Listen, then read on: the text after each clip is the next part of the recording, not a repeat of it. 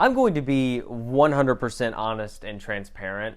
I didn't really want to write this review. And not because I didn't enjoy the game. I honestly really did enjoy the game. But rather the fact that the more I think about the game and I hear other people's opinions on the game, the more I start to question my own thoughts. So I'm going to give my thoughts as I was playing the game, as I was experiencing everything while it's still fresh in my mind. I'm sure you already recognize the game that I'm talking about, and that is part 2 to The Last of Us. I can't really explain much about the game without getting into spoiler territory, I feel like. So I'm just gonna try and give my thoughts in a non-spoilery way real quick. The Last of Us Part 2 is a stressful, enjoyable, and kind of confusing experience. I think everything done by Naughty Dog in this game was done for a specific and intended reason. But overall, I accept this game for what it is. This game is the most graphically impressive game I have seen on a PS4, and I ran it on my old bulky PS4 that I got like years ago. If you want to see aesthetically pleasing environments that are fun to explore and just an overall polished experience, you should buy this game and you should play this game. Okay, I think it is time to finally enter spoiler territory. So if you don't want anything in this game spoiled to you at all, do not watch this part of the video. And in fact, don't watch the rest of the video. Just go play the game or whatever. All right, with all that disclaimer shit out of the way, I think it's time we finally talk about a plot breakdown of The Last of Us Part 2. The Last of Us Part 2 takes place 4 years after the events of the first game. The game opens up to a cutscene of Joel talking with Tommy about the events of what happened at the Firefly Hospital. After a long conversation and heading back to Jackson, Tommy tells Joel that he agrees with what Joel did and will take it to his grave if he has to. Cut over to another scene where Joel teaches Ellie how to play the guitar, as he calls it. This is a nice, wholesome moment. It's just... I'm not even 10 minutes in, man. Flash forward 4 years later, and this is where the game actually starts. You're introduced to Jesse, one of the supporting characters in the game, who happens to be the ex of Dina, who is another supporting character in the game, and both of which are best friends with Ellie. You start to realize real quick and piece together that Dina and Ellie kind of have something going on, a little romance, if you will. They are a part of the Jackson camp that goes on patrols to scout out and see if there's any infected around the area. Dina and Ellie are paired up to take a route and scout the area when... What the... Yeah, you just wake up as someone you don't know. It's interesting. You find out her name is Abby after she talks to some other random person. This person shows Abby that they have finally made it to Jackson. Don't know why they're there. This dude also apparently got Mel pregnant. Whoever Mel is. This guy doesn't want to join her in her villainous antics. This is after she says she wants to find people from Jackson and make them talk. Abby's apparently off to do something herself. This is all just very confusing. I don't really get it. Meanwhile, while all of that's happening, Ellie and Dina are out on their route doing their patrol. They have a moment on a balcony. Debbie, just look at this view. It's beautiful. There's so much like awkward silence between these two. I feel like I just like take a butter knife and just cut the awkward silence. You visit a grocery store, you clear out some infected, and you eventually end up having to seek refuge in an abandoned library that was once ran by an ex-Firefly that was a part of Jackson, Eugene. This library seems to have everything from an actual PS3 with Naughty Dog games sitting next to it. I mean, like, come on, that's sick. To an entire weed farm in the basement of this place. Dina and Ellie end up getting a little high and, caught in the rain, if you know what I'm saying. Oh, what am I saying? All right, it's time to cut back to Abby and see what she's doing. Hey, look, there's a giant horde that's chasing her. She's cutting through a fence trying to get away from all this infected when she eventually runs into, look, it's Joel and Tommy. You know these guys. She talks with them and eventually tells them that if they want to, they can seek refuge in an old mansion that she's holding with her and her friends. Cut back to Dina and Ellie laying on a couch talking about all the various scars they've had from their experiences over the years. Ellie tells Dina how she was bitten when she was 14 and she ended up getting a tattoo to cover up her scar. Dina doesn't really believe Ellie, and then Jesse walks in and catches them with her pants down. Literally. Jesse informs them that Joel and Tommy have gone missing and they haven't returned back to Jackson. So the three of them decide to split up and look for them. Look, I've played a lot of games and that doesn't sound good. Hey, look at that. They made it back to the mansion and didn't die. That's good. Well, Joel, Tommy, time to introduce yourself to the class. Tell them your names. Tommy, this is my brother. Joel. Okay, look, maybe you shouldn't use your real names, but just... Oh my god. What? His knee's gone. It's gone. Look at that detail. Cut to Ellie, and hey, look, she found the mansion. Kind of coincidental that Ellie's the one to find it. Not gonna question it. Ellie hears something downstairs. She opens up the door and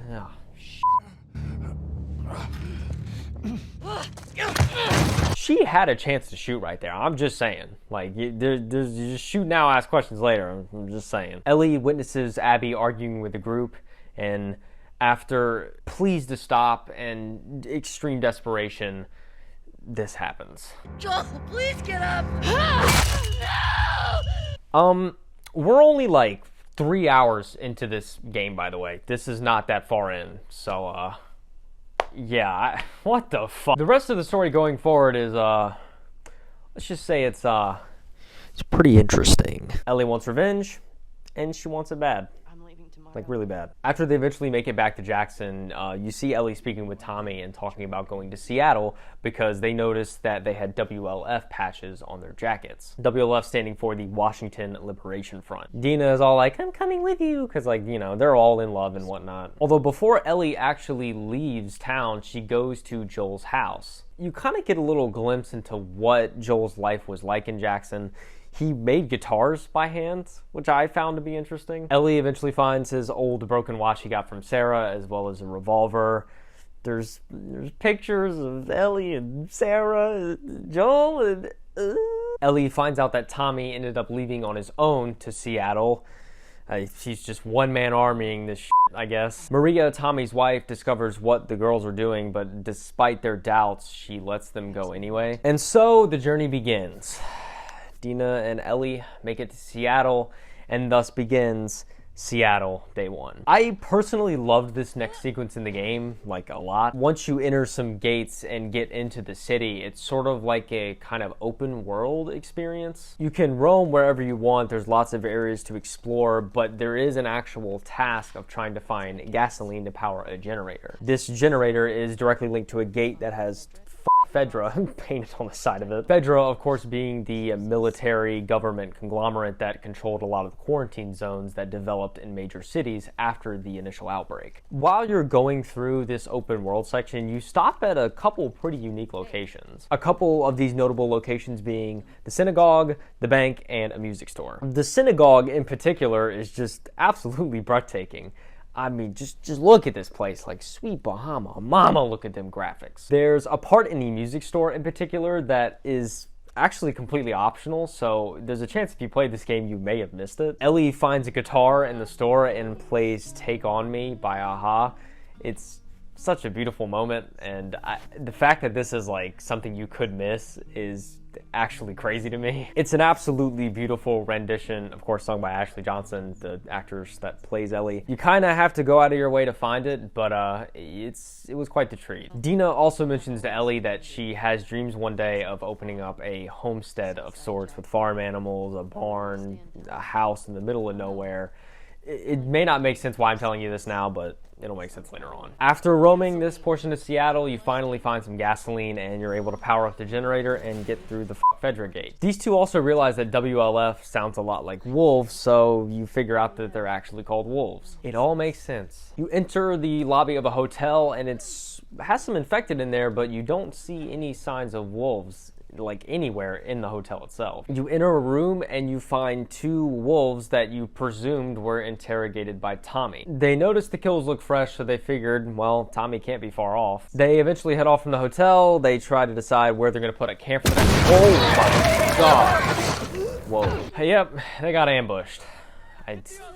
They were doing so well. I mean, something had to happen. The horse ends up getting shot too. Man, why you gotta kill the horse, dude? Gino rolled off and disappeared, and Ellie eventually gets knocked out. When Ellie eventually comes to, she discovered that she got tied down to the desk by some wolves. The two wolves that are there end up debating whether or not they want to kill Ellie, as if this same scenario didn't happen whenever Joel died, and they're letting her get away again, it seems like. Dina finds Ellie in quite literally the nick of time and ends up just completely clapping one of the guys. Dina gets shot through the glass by the other guy. Rookie mistake, by the way. I mean, you're telling me you have all of this platform and you stand on the glass. Like, Wait, what? Ellie is able to grab a piece of glass that fell from the ceiling and actually cut her ties open. She cuts her ties open, saves Dina, and oh, yeah. The detail and the kills in this game and the gruesomeness of it is, oh, it's actually kind of cool. I mean, from the spurting blood to like the guy like dying, it's beautifully disgusting. Ellie and Dina, of course, escape this place and realize that one of the people that was in the gang with Abby whenever they killed Joel is actually stationed at a TV station. If they could get there and make this person talk, they could probably find out where the rest of the gang is. They eventually get there and they discover that the person was already killed by Seraphites. But shh, don't tell them. Ellie and Dina don't know about that faction yet. Don't tell them. Wolf reinforcements arrive that end up chasing Ellie and Dina into a spore-infested metro. Ellie encounters a brand new type of infected called the Shambler, and this thing kills 2 guys right before her eyes. Ugh. Ellie and Dina, of course, eventually do make it out of this metro, but right before they're about to make it out, Ellie's mask actually breaks. Dina, of course, is panicking, thinking she's exposing herself to spores, but she, of course, didn't believe her when they were on the couch earlier talking about how she was immune, and so Ellie is just like, I'm fine, I'm breathing this in, like, I'm fine, and then Dina's like, ah! They end up getting chased by a horde back into an abandoned movie theater. Ellie asks Dina if she believes her now, talking about her immunity, and Dina explains that she's pregnant. I think I'm pregnant. Yeah, I bet you didn't see that coming. Not kidding. If you so happen to read Ellie's journal, which is completely optional, you'll see some backstory about their trip to Seattle and how Ellie thought Dina seemed sick and just didn't seem like herself when they were traveling. There's only one other person that Dina has been with since being with Ellie, and that was Jesse. Sorry, Here's your baby daddy. Oh, Jesse, you sly dog. Dina confesses to Ellie that she kind of knew she was pregnant 3 weeks prior, and so Ellie is frustrated and decides she's going to go clear out the rest of the movie theater, make sure there's nothing there. And, you know, she just needs time to process that because that's a whole thing. Ellie finds a guitar in the back of the theater and begins to play Future Days, which if you don't remember, that's the song Joel played for at the beginning of the game. What? Oh, no, I'm not crying. I'm not crying. All of a sudden, you are taken to the first flashback in the game. This flashback being Ellie's birthday 3 years prior to the current events of the game. This is by far probably my favorite, or one of my favorite sections in this game. Joel finds an abandoned museum and takes Ellie to it, and it has a dinosaur exhibit and a space exhibit. Along the way, though, you kind of see the two of them as father and daughter and kind of what their relationship had, you know, kind of developed as they were living and surviving in Jackson. You also find a mirror in this museum where Ellie is, you can actually control Ellie to make different like facial expressions and stuff. I'm fully convinced though that this entire like mechanic was only made so that the devs could just flex on the facial detail in this game. And it's a pretty nice flex. After Ellie explores the dinosaur portion of the museum, she's surprised by the space portion. If you remember from the first game, Ellie expresses to Joel how she wants to go to the moon one day and how she loves space, so it's kind of harpens back to that in a way, seeing the space exhibit. Ellie eventually sees all the spaceships, the rover, the planets, just everything that's related to space. But then, probably the most wholesome moment in the game for me happens. This actually did choke me up. I know I've been joking about crying, but like this actually did choke me up a little bit. Joel and Ellie eventually sit in the space pod, and Joel says, "Happy birthday, kiddo," and hands Ellie a tape. Ellie uses the tape in her Walkman, and it's actually audio of a space station, I guess, communication for takeoff. This whole moment is just all around smiles, and it kind of just shows how they develop as people when they were in Jackson and how close they got. And then Joel says, "Did I do okay?" Shortly after, Ellie wakes up in present day to the second day in Seattle, aka Seattle Day 2. Ellie finds Dina. They make up and eventually decide a game plan for where to go next. Ellie ends up heading out, but Dina stays, of course, because, you know, the whole pregnant thing. And Ellie is now on the search to find Tommy. This was after Dina heard on the radio and got a tip from Wolf Communication that's where a sniper might be. Tommy, of course, being a crack shot. Ellie finds and kills a bunch of wolves along the way and eventually runs into a bow, which, by the way, is probably the most god-tier weapon in this game. I mean, it's silent, it's deadly, and it's just amazing. But on this journey, you keep hearing the wolves talking about trying to locate a man. And the way they describe it, you figure it's gotta be Tommy, right? And you see, that is where you would be wrong, because it is Jesse. Yep, baby daddy's back. The reason he is actually there is to try and find Ellie and Tina, because he wanted to help them out with the whole, killing everybody thing. After the two of them catch up, Jesse has an idea to try and steal a truck to get around quicker. And I'm sure it goes without saying, but that really didn't pan out how they had planned. You and him, of course, do make it back to the movie theater, and Ellie has yet another flashback. This time, it is 2 years from the current events of the game. Ellie learns how to snipe from Tommy in this flashback, as well as talks with Joel about going to music store to get new strings for her guitar. Joel and Ellie actually find out pretty quickly, though, that it is not a straight shot to the music store, and they have to actually cut through an abandoned lodge. The only problem with this scenario is that the lodge actually isn't abandoned. It's crawling with infected. As you make your way through the deep part of this lodge, you actually find your first loader of the game. You just barely kill it, and then you move through the lodge to find the corpses of a couple that ran away from Jackson a year prior. This whole situation triggers Ellie to have a conversation with Joel about the events that happened at the Firefly Hospital. Ellie really wants to know why Joel pulled her out of that hospital. And this whole time since they've left that hospital, Ellie hasn't found one person that has the same immunity that she has, even though Joel told her that there was many people like her. Joel still holds to his lie of saying that there was no cure, and before you know it,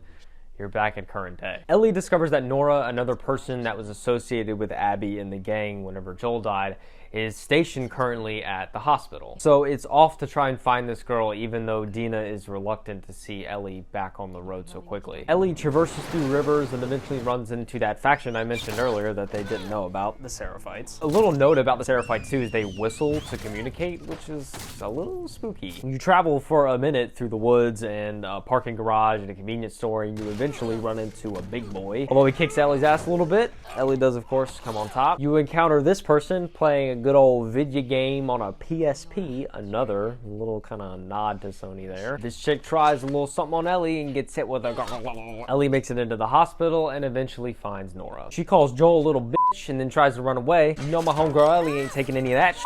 You chase Nora for quite a while, and then you eventually knock her down into a portion of the hospital that is infested with spores. Ellie eventually does catch up to Nora, and you see her coughing her damn lungs out and, slowly turning into one of them. Ellie tries to get Nora to talk peacefully, but Nora doesn't want anything to do with it, so you're left to have to beat her with a pipe. Look, you can take this scene for what you will, but from my perspective, Ellie's getting her revenge. You go, baby girl. Ellie makes it back to the theater and talks to Dina about what happened, saying that she did eventually get Nora to talk, but of course she had to beat the answer out of her. You can also tell in just the emotion that Ellie portrays in the scene. I mean, it was definitely something that was not easy for her to do. Ellie, of course, looks beat to hell, not only emotionally, but physically, as you can see. Ooh, this got dark. Guess what, though? It's flashback time again, and this time, 2 years prior, yet again. Ellie is in the same Firefly hospital where she was dragged out by Joel in the previous game. She discovers a tape from Marlene that speaks about Ellie being the only hope for making a vaccine, and that a cure is or was possible solely because of her. She confronts Joel about it and confesses that she will not return to Jackson unless she hears the truth from him. And so, of course, Joel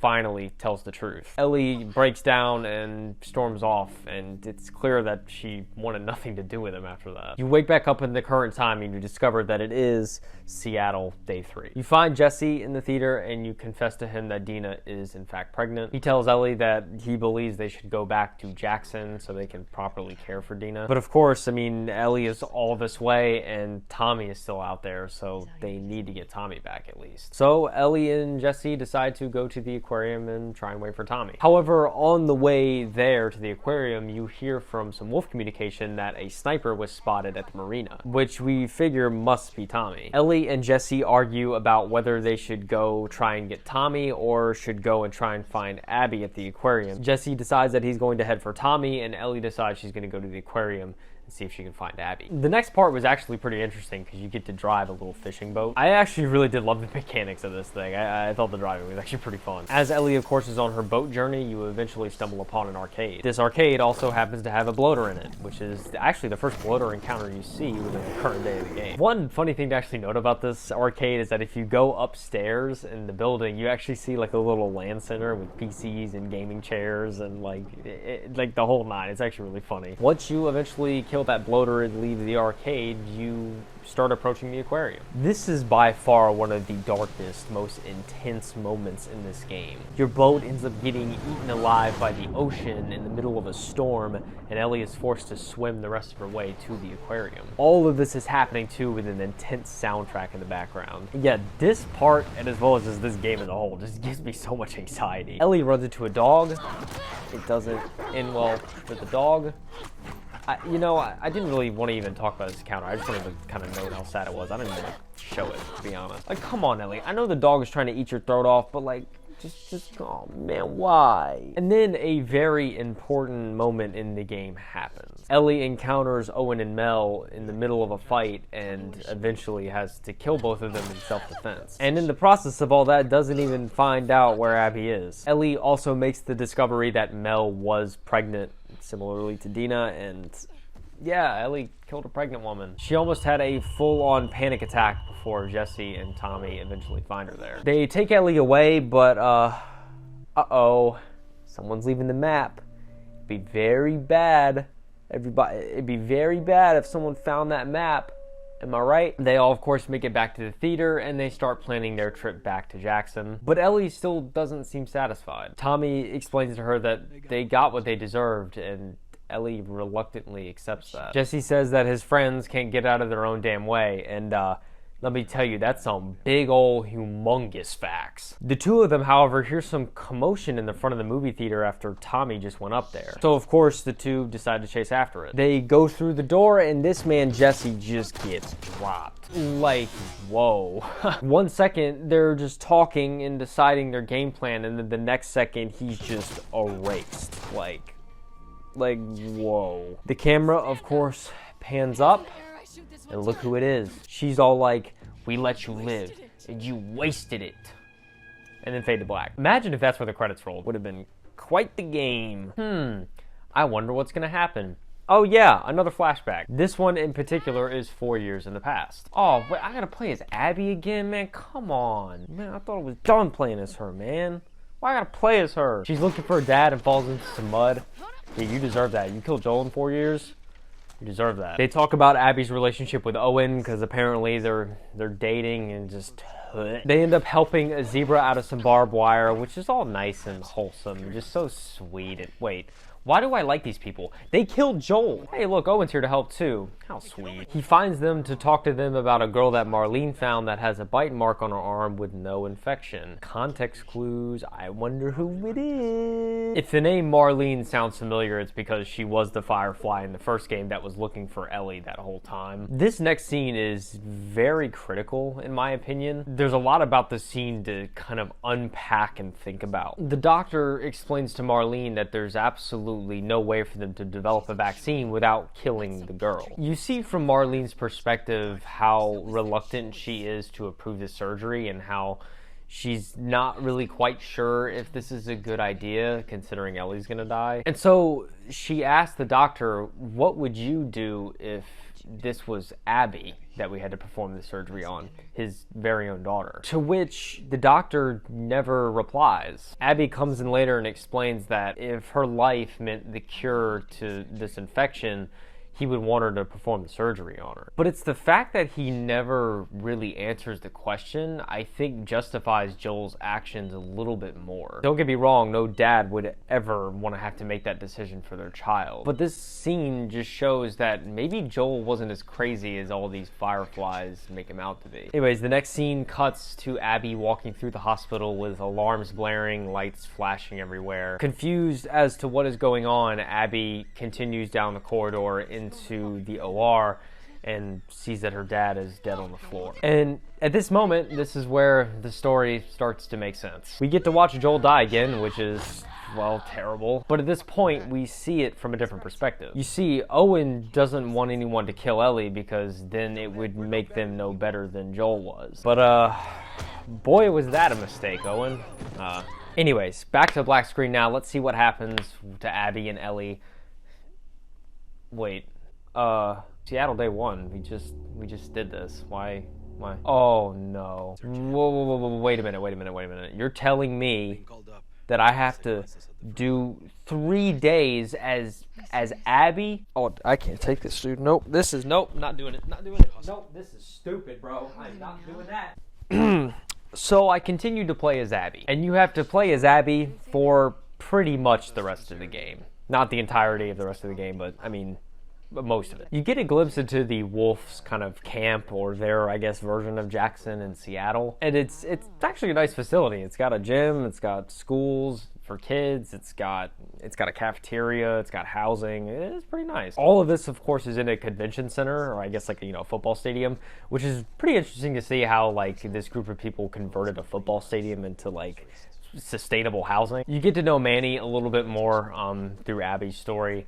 Manny was the guy that called Joel a pendejo and all over his body. Abby and Mel don't seem to be on the best terms since what happened in Jackson. Mel is, of course, only a medic, and as Manny described, she didn't really agree with Abby's violent and villainous actions in Jackson. Owen also seems to be distancing himself from Mel as well, even though he got her pregnant. You also meet the dog that Ellie killed in the aquarium in the little dog park they have in the stadium. This dog's just being all happy and just being a dog, and it makes me feel bad, man. Ellie, what the hell? The three of you roll out on a patrol and quickly get ambushed by some Seraphites. The Seraphites being the whistling faction I talked about earlier. Manny eventually loses control of his truck, crashes it into a random building, and they pretty much have to make their way back to Wolf territory. The Seraphites eventually pin them down at a gas station. However, some Wolf reinforcements come to help them out, and they're able to get them back to the stadium. Mel got shot in the back too. Why she's trying to fight when she's pregnant, I don't know. It seems stupid. When you and Manny make it back to the camp, you also start to notice that everyone around is kind of riled up over something that Isaac, the leader of the Wolf, said. While you're walking through this section too, you run into a familiar face. And it's not part of the main story, but if you're just so happening to explore, you'll see the same chick that Ellie, just and she had the PSP. Maybe I should not make the gargling joke. It could be a little far. You eventually meet Nora in the main med tent, and she takes you back to a body bag of their friend Danny, who got killed while he was out on patrol with Owen. And on top of that, Owen is now completely AWOL. You finally meet with Isaac after he calls you up to what looks like he's like mid-torture. Isaac talks to Manny and Abby about trying to finally win the war against the Seraphites, because apparently they've been fighting for Seattle for a long time. Abby tries to be discreet about trying to see if Isaac could tell her where Owen might be. Isaac, of course, sees right through this. However, he explains that Danny got shot by Owen whenever Owen was trying to defend a scar. And even though Owen is AWOL, Abby has a good idea of where he might be. And she wants to try and find him before the next day so that he can go with her to the island to try and start this war. Dude, another flashback? This time with Owen and Abby at the Ferris wheel and aquarium. Owen jumps off one of the high seats on the Ferris wheel into the water, and you actually discover that Abby has a fear of heights. Owen is trying to convince Abby to skip a night of training and hang out. However, Abby just won't budge. Owen shows Abby the aquarium, which is actually kind of funny because they don't know that it's actually called an aquarium. They're too young. They even admit this in the dialogue. What is this place? I don't know. I love this sequence in the game a lot because it really kind of shows you a glimpse of the aquarium without all the dark undertones of death and grief that will come upon it later. Abby eventually admits to Owen that she still hasn't gotten over what Joel did, but it seems as though Owen just doesn't care anymore. It's interesting to see that perspective. Back again to the present day. Manny helps Abby sneak out of the Wolf complex, and before you know it, she's off to find Owen. She traverses through some buildings within the city, and throughout this sequence, you also see different scar murals around the city. One of the most predominant ones being this truck here. This truck actually has wishes within the branches that people have written to the almighty being that controls the faction. A little cult-like, but it kind of gives you an idea of what this faction's like. Abby fights her way through a bunch of different buildings, killing scars left and right until eventually her luck runs out. She gets pinned down by some pretty big people and then gets knocked out. Can we guess what happens next? Just take a guess. Another flashback. Yeah, you're right. Yay. Congratulations. This time it is 4 months earlier back at the aquarium. You get a glimpse as to what Owen had did with the place. He added some lights, painted some walls, and set up a suction cup archery course. He offers her to compete in said course. When I competed in this course, I only got like 10 out of the 13 targets. A little bit triggered. Abby eventually admits why she's actually there to talk to Owen, and that's because she found a lead as to where Tommy might be, which of course, being that it is Joel's brother, it could probably lead to Joel too. Although Owen seems reluctant to accept her offer to go, she apparently already talked to the whole group, so they're all going to Jackson. After the cut to black, it's back to present day, and you're shown a scene you probably might be familiar with if you watched the E3 coverage or PSX coverage in the past. It's the cutscene in the woods where we're introduced to Yara and Lev, the two runaway Seraphites. Yara's arm gets... Yara and Lev eventually save Abby from being hung to death, and they all make it out of the woods. They're able to eventually get Yara to shelter, and they see that her arm is not getting any better. Abby has to eventually set her arm back into place. Ow. Abby leaves shortly after and gives Lev advice that the two of them should get out of there by sunrise because it's actually an area that's patrolled by a lot of wolves. Abby has to traverse through a boat to eventually get to the aquarium, which, by the way, this boat sequence has a very tumultuous story behind it, and I really suggest, if you play this part, to read everything that's on that boat because it kind of gives you an idea and paints a really good picture about what actually happened when the outbreak occurred on the boat. Abby, of course, eventually makes it to the aquarium, even though she has to break in. She eventually finds Owen inside the boat, parked out back, sitting next to the bed, and they proceed to have a talk. Owen, of course, goes on to explain the story with Danny about what happened. He described the humanity he saw in the Scar's eyes right before he was about to kill him. He could tell that the Scar was just old and just ready to move on. He didn't resist at all when Owen tried to kill him, and so in turn Owen felt bad and couldn't finish the job. Danny eventually got hostile because of this, and Owen had no other choice but to defend himself. Owen continues to go on and say that he's just tired of working for the WLF at this point. He feels like he's fighting for a cause that he just doesn't care about anymore. He proposes that he's going to try and get to Santa Barbara because there's rumors that fireflies are starting to regroup in that area. Abby believes that he's just chasing rumors, and Owen tells the same line to her that she told to him. He also admits that he's willing to leave Mel to get to Santa Barbara if that's what it takes. Abby tells Owen that she thinks he should grow up, and Owen confesses how he felt about her murder of Joel. He pretty much hints that he didn't want to be a part of that journey at all. And then after some further arguing and like what looks like choking, yeah, okay. Cut to Abby back in the hallway of the Firefly Hospital again. She opens the door at the hallway to a pretty graphic scene of Yara and Lev. She wakes up in a panic in what looks like complete guilt that she left those two behind. Abby eventually makes it back to the trailer where she left Yara and Lev, and Lev actually almost shoots her. But she evaluates Yara's arm again, and that thing is not looking any better, and it looks... Why is it so red? She takes them back to the aquarium, and Mel gives a proper diagnosis as to what could be wrong with the arm. Her diagnosis, of course, being that the arm is going to necrose, and if they don't amputate in a few days, Yara's not going to make it. So if Abby can make it to the hospital and get some medical supplies for Yara, that's all fine and well, but the hospital is so far away, there's no way she'd be able to do that in a couple of days. However, Lev comes in and says that he can get Abby to the hospital in 2 hours. The Seraphites have made sky bridges high up in the skyscrapers so that they can avoid WLF confrontation. They can use these in turn to get to the hospital quickly. Remember when we discovered that Abby has a fear of heights?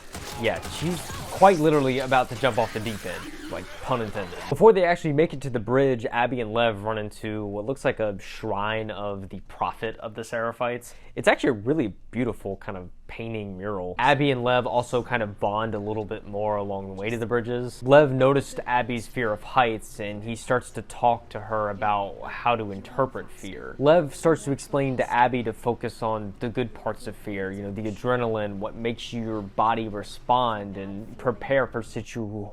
Oh, that's high up. There is no level of fear interpretation that will not make me terrified of this shit. I don't even have a fear of heights, and this part of the game wigged me out. Towards the end of the bridge, too, one of Abby's biggest fears almost came to fruition. Thankfully, they only crashed into a pool, but that could have been much worse. After they recover from the fall, Lev asks Abby why she came back for them. And Abby explains up front that it was because of guilt, which I think in turn shows a lot about Abby. Is it tied to the torment that she made Joel go through before his eventual death? Is it tied to her putting her friends through all of that trauma and torture just so she could get her eventual satisfaction? Since their bridge trip unfortunately got cut short, they have to traverse their way down through a hotel to get to street level and eventually to the hospital. This is another sequence I actually really enjoyed.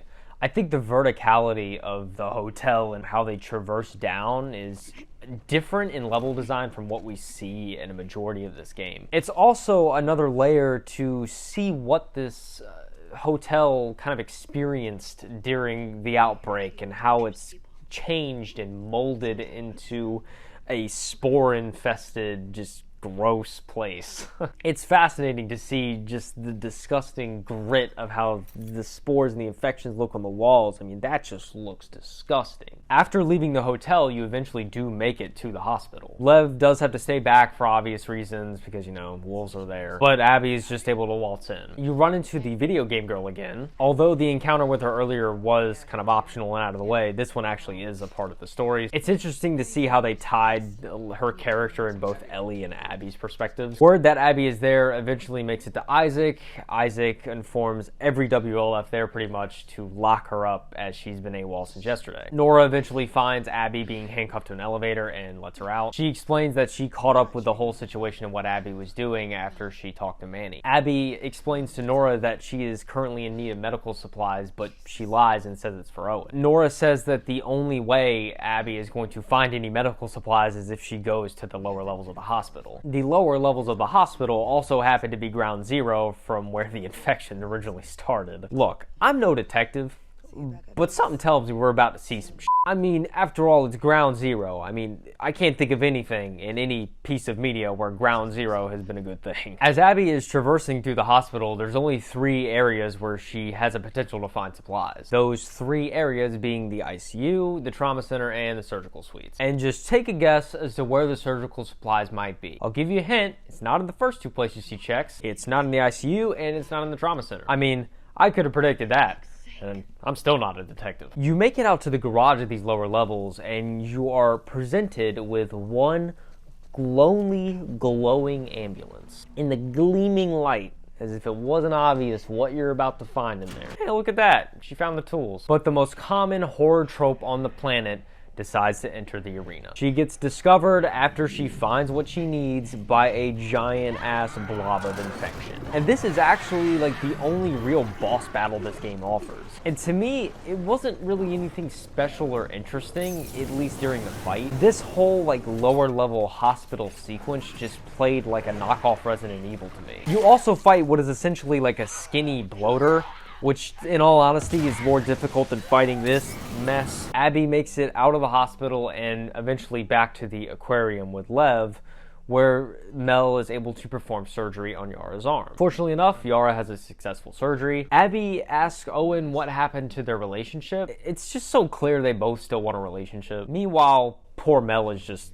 there. Also, I swear this game tries to make you feel worse about killing the dog earlier because like they're all petting her and just, why should it die? Abby has another dream and is taken back to the hospital once again, only this time when she reaches the end of the corridor and opens up the door, she sees her dad. I'm not crying. And after that little dream, it is finally Seattle Day 3, as Abby. It's about God time. Abby wakes up to find out that Owen had asked Yara and Lev if they wanted to come to Santa Barbara with him. After hearing that news, Yara and Lev start to argue about trying to convince their mom to come with them. Meanwhile, Mel and Abby end up confronting each other, and Mel is just pissed off at Abby. Mel is under the impression that the only reason Abby is trying to save these kids is to try and build a relationship again with Owen. And then after that conversation, you discover that Lev ran off. While you and Yara look for him, you play fetch with the dog. Okay, man, I love this dog. I'm sorry. Like, Ellie loses points for killing this dog, man. Just look at her. Yara opens up to Abby about the time she discovered that Lev was transgender. It was very wholesome and transparent, and I loved this. I thought it was awesome. You find out Lev stole one of the boats to head to Haven, the Seraphite Island, so he can try and convince his mom to come with him to Santa Barbara. Yara, of course, tells Abby that she's going to kill him if he sees her, and so they have to go chase after him. Abby, of course, tells Yara to just wait, and she will go find a boat, considering Yara's arms in the state that it's in. Abby somehow conveniently runs into Manny again. Manny explains that he was trying to get to the docks to get a boat so that he can take his team to the Seraphite Island for the war. However, there's one minor inconvenience. Abby and Manny have a sniper shooting at them from the port. I wonder who that sniper might be. It turns out that the sniper is in fact Tommy. Abby and Manny are trying to flank Tommy as they feel they have him pinned down in a pretty good spot, and well, yeah, Manny just gets completely erased. Very similar to the way Jesse died earlier. It's kind of just out of nowhere. Abby eventually confronts Tommy and they get into like a little scuffle. Yara comes out of complete nowhere and just stabs Tommy. And in the middle of the fight, Abby pushes Tommy into the ocean. They don't check if he died, and to be honest, they probably really don't have time because they gotta leave anyway. Like, they push him in and then like they don't think to check if he's dead. Like, just, like he's probably still alive. Like, you could jump in there and check. I don't know, rookie mistakes, man. Abby and Yara, of course, eventually make it to the island. This is the section of the game where you really get to see how the Seraphites operate in their homeland, you know, how they build everything out of wood and really just live off nature and nothing else. You eventually find Yara and Lev's home, and you open up the door to quite a scene. Lev had to fight his mom and eventually ended up killing her out of defense. All because she just really didn't understand why her kids did what they did. It's a pretty heavy moment, to say the least. Shortly after this, you're all off to try and find a way of how to get off this island. Along the journey though, of course you run into some trouble, and Yara unfortunately gets shot. You see Isaac there coincidentally enough, and Abby tries to protect Lev. You see Isaac is about to kill Abby because she's protecting a Scar, but right before he does, Yara kills Isaac. She just completely shoots him dead with her last breath. I mean, there's like 3 other people with Isaac, and nobody thought to check and see if Yara was like actually dead. Rookie mistakes across the board. Abby and Lev make it out and have a rather touching moment. Lev, out of complete anger, tells Abby that those were her people that killed his sister. But Abby is quick to respond and tell Lev that those are not my people. You are my people, Lev. This is the moment where Abby completely dissociates herself from the wolves. At this point, it's quite literally Abby and Lev versus the world. You open the door later to a rather gruesome backdrop of the other side of Haven. You see the island just completely engulfed in flames. They eventually find a horse to get out, and the sequence that follows is just absolutely eye-opening. Seeing the Seraphite's home burn and crumble is just vexing. Abby and Lev eventually get caught in the building and they almost end up dying, and fortunately enough they make it out. And after Abby actually makes it out of this building, there ends up being kind of like a little mini boss fight. Eventually Abby and Lev do come out on top of this fight, and they find a boat and they're able to finally get off Haven. They make it back to the aquarium, and I'm going to state this again, ladies and gentlemen, I am not a detective, but it's safe to say that what they're about to walk into is not going to be a pretty sight. Alice, Owen, Mel, dead on the floor, out for the count, murdered, cold blood. On God. Abby is able to have her 5 seconds of grief, throwing up on the floor, but eventually they find the map that Ellie left. Time to cue some revenge music, because they're going on a trip.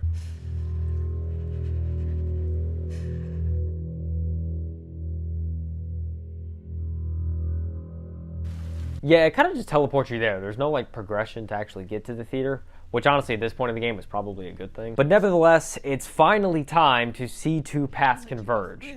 After 10 plus hours of playing as Abby, we finally get to see the rest of the story progress. Tommy gets shot, What the hell, man? Abby eventually chases Ellie to the back of the movie theater, and this is where a fight sequence begins. I feel like nobody played this fight sequence without feeling at least a little good if Ellie accidentally killed you. But eventually, Abby does get the upper hand on Ellie, beating her face in when all of a sudden Dina comes out of nowhere. Abby decides to give Dina a concussion, and right before she's about to kill her, Ellie tells her that Dina's pregnant. And Abby is about to completely go through with it. And she's all like, good. And she has a knife there, but Lev stops her. Abby walks away solely because she didn't want to hurt Lev. It speaks to the connection that the two of them have made throughout the game. Abby is all that Lev has left, and Lev is all that Abby has left, and they need each other. Okay, yeah, I know they've only known each other for like 2 days, but it's still an important point. So that's it, right? That's the story, that's the game, cut to black. Not quite. It cuts to the farmhouse, where Ellie and Dina are currently residing, along with the little guy, JJ. Look at it. It doesn't really say at what the time frame of this section takes place, but we can assume since JJ's actually in the world now, it's got to be around a year or so after the events of the fight with Abby. It was literally that dream scenario Dina was talking about when they were riding around in Seattle on day one. A little bit later on that night, Ellie is herding sheep with JJ when she has a PTSD episode. The episode was about Joel. It's clear that Ellie is still very negatively affected by all the events that happened in Seattle. But I mean, at this point, who wouldn't be? We cut to another day on the farm and, wait a minute, he's alive. I thought Tommy was... Hey, Tommy. I thought you were dead. Can we get a replay on that? Oh, Abby whiffed and grazed him. That makes sense. You learn that Tommy's wife actually left him. Poor Tommy. He also discloses to Ellie that he may have a lead as to where Abby and Lev might be. However, Ellie rejects his offer to seek revenge to all of this. Tommy is completely frustrated at her response and just storms out of the house. This is a strange juxtaposition from the beginning of the story, because at the beginning of the story, Tommy seemed very reluctant to chase after these wolves to try and get revenge. But at the end of the story, he's completely upset that she doesn't want to seek the revenge and make things right. It honestly could just be a combination of his wife leaving him, he's just war-torn, and he's just had a lot of loss. If you read Ellie's journal that same night, you actually have confirmation that she really isn't over Joel's death. She can't sleep, she can't eat, she just can't function normally. While she goes downstairs to play the guitar, it cuts to another cutscene I'm sure you'd be familiar with if you watched the E3 coverage in the past. It's the dancing scene with Ellie and Dina, except it goes a little bit further this time. They're confronted by the owner of the establishment, and he ends up calling Ellie a loudmouth dyke. Joel ends up intervening, and Ellie is very upset about that. Joel storms off, and it cuts back to Ellie in the present day packing up her bags. She's made the decision that she's gonna go try and find Abby. Dina tries to convince her to stay and tells her they have everything. There's no reason to go after Abby anymore. But she just can't stay. Her and Dina found something so good in this homestead. However, I still find myself agreeing with Ellie and that she should go and try and close this out, because it's clear that this just isn't healthy for her. But hey, I wonder what Abby and Lev are up to, so let's take a look, shall we? Cut to Santa Barbara. Lev and Abby are trying to find and locate the Firefly Outpost. They both get a tip after trading a pistol that the Firefly Outpost is located at the home address 2425 Constance. After searching the entire house, they discover a secret passageway. They discover some barracks, a radio, and some frequencies they can try and hit to other possible Firefly outposts in the area. Abby hits every single frequency with no response until she finally gets something at the very last second. They discover that there are in fact some Fireflies still out there, and most of them are stationed at an outpost in Catalina Island that's about 200 members strong. Okay, I think we can all agree that my deductive reasoning skills have been off the charts this video. There is absolutely no way that Abby and Lev make it out of this house without facing some sort of conflict. There's just no way, so let's watch. What did I tell you? Yo, okay. My Twitter DMs are completely wide open right now. Twitter.com/MrJKHeath. Go there. drop a follow while you're there, but also send me a DM. I will solve any mystery you throw at me free of charge, bro. I got the brain for this. Anyways, cut to Ellie again. And it looks like she's in the same boat that Abby was on. She locates Abby's last whereabouts to possibly be 2425 Constance. And Ellie is on the journey to try and find this place. But while she's trying to find this place, she runs into some trouble. What kind of luck is that? As she's swinging, she gets impaled by the tree.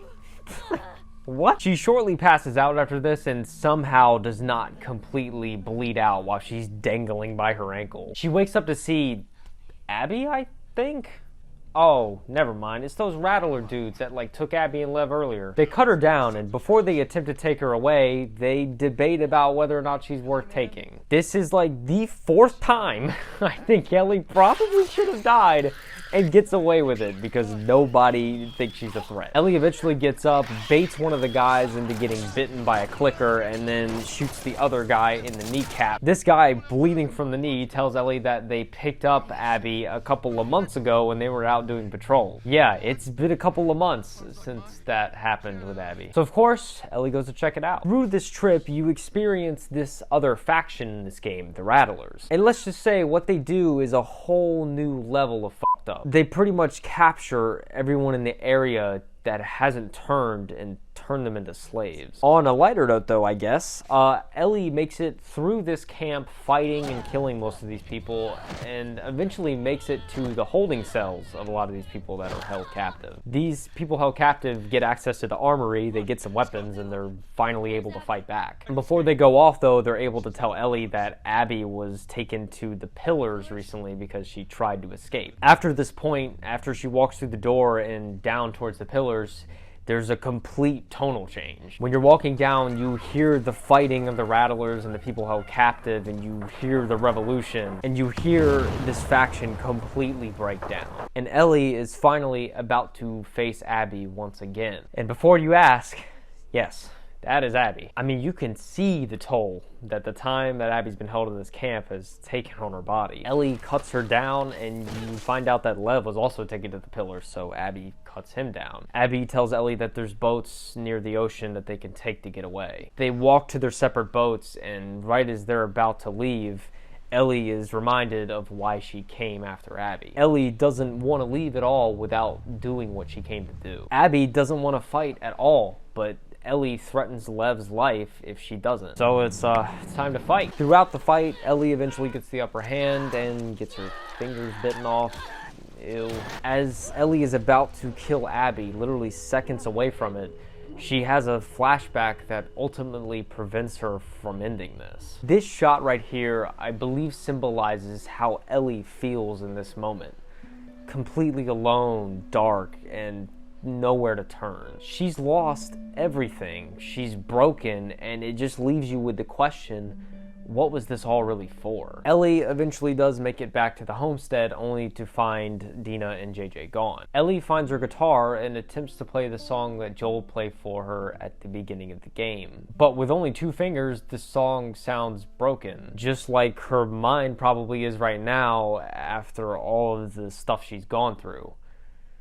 10 out of 10 symbolism. We see the rest of that flashback that was preventing her from killing Abby earlier. And in this flashback, Ellie is talking to Joel about why he still took her out of that hospital. Ellie, still very upset, tells Joel that she doesn't think she can ever forgive him for that, but she wants to try. And then when you cut back to Ellie, she leaves the homestead. We don't know where she's going next because this is where the credits finally roll. Okay, I hope you're still with me because I'm ready to finally give my thoughts on this game. The Last of Us Part 2, in my opinion, was not a good sequel. But I have a but. I still enjoyed the experience for what it was. Look, if you know me as a person, I'm very forgiving of any sort of art, whether it be movies, music, video games. I try to be as open-minded as possible about these things. For example, the level of detail and graphical fidelity this game provides is just really impressive. And the fact that my bulky PS4 was able to run it without crashes just adds to my admiration in that department. The detail in everything, from the facial facial animations on stealth kills, which,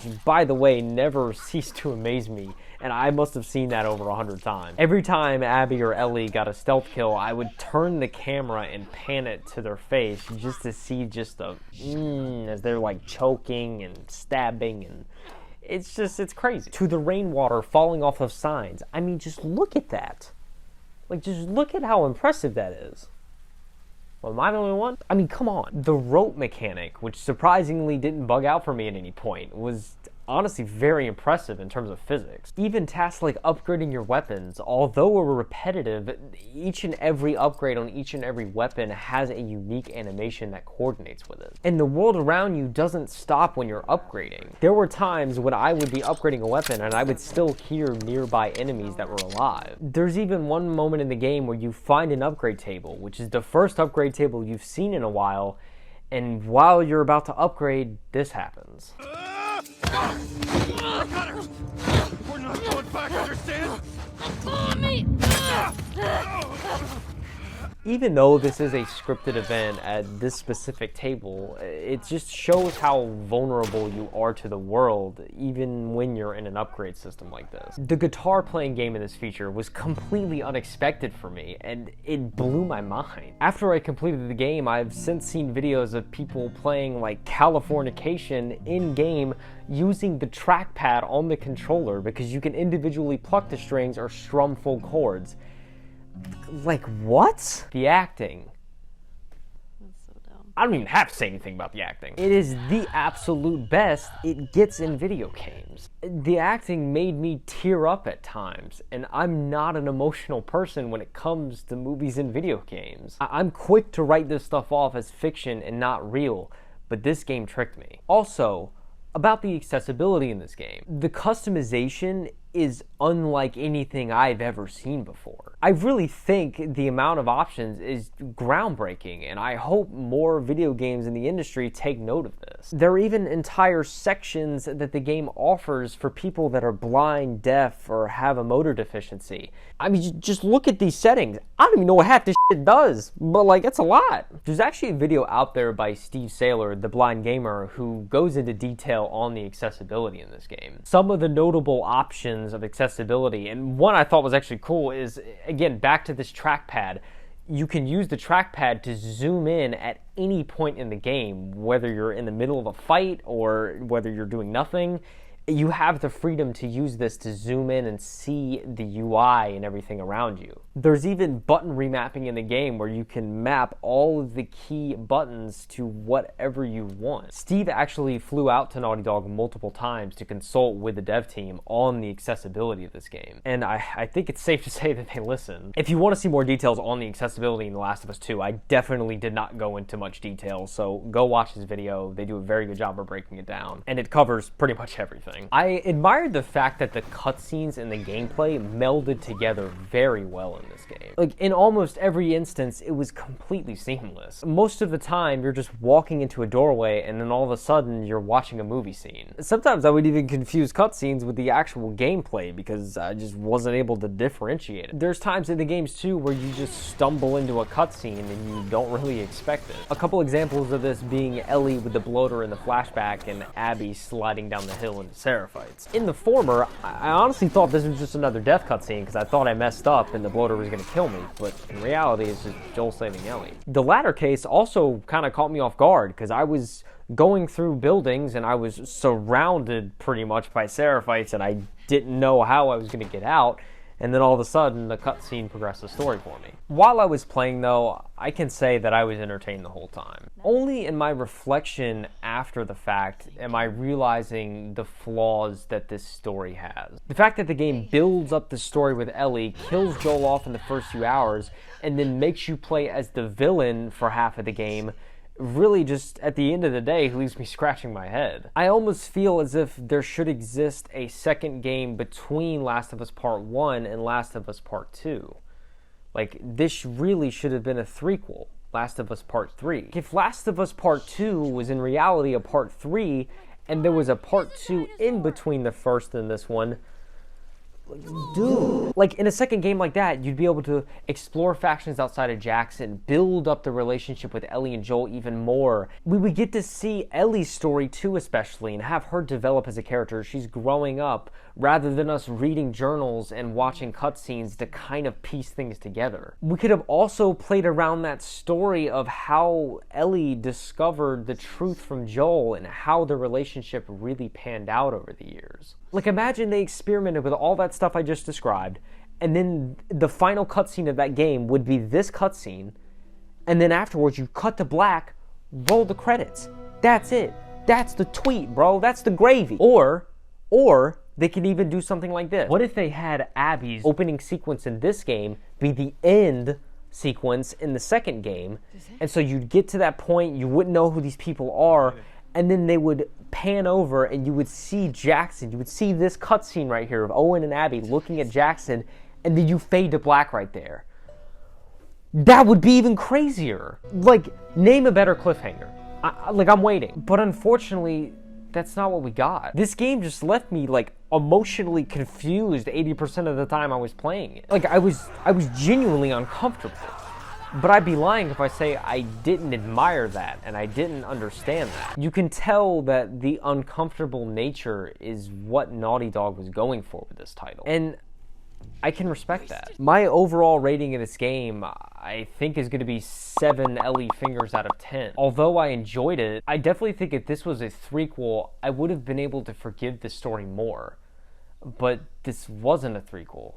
It was a sequel. I think what pains me even more, though, is that they left part 2 on kind of a cliffhanger, and there's no plans for DLC after release. And yet there's so many unanswered questions that the game leaves you with. Like, where was Dina when Ellie was tied up? How did Jesse and Tommy meet up later on, and what was their journey like to find Ellie? What was Abby and Lev's journey to Santa Barbara like? What was Ellie's journey to Santa Barbara like? What was Ellie and Dina's journey to Seattle like before Seattle Day 1? How did Abby get involved with the Wolves? You're telling me that in 4 years, nobody in or around Jackson has met another person with the same immunity as Ellie. Aliens exist. Aliens are probably out there. Like 99% sure that aliens are out there. And you're telling me that Ellie is the only person on the planet that has immunity. Like, they found a guitar and a capo, and they couldn't find another person that's like Ellie with immunity. Like, I just don't get it. We may only get answers to some of those questions if we see an actual third game, and that sucks. I'm sure I'll have more thoughts on this game with time, but at least for the time being and for this review, that's all I really have to say. If you made it this far into the video, first of all, you're amazing. I barely want to watch any of my videos for 2 minutes, so if you made it this far, honestly, thank you. If you want to see more reviews or any other content on this channel, don't forget to hit the subscribe button and ting the notification bell. I promise that most of my other content will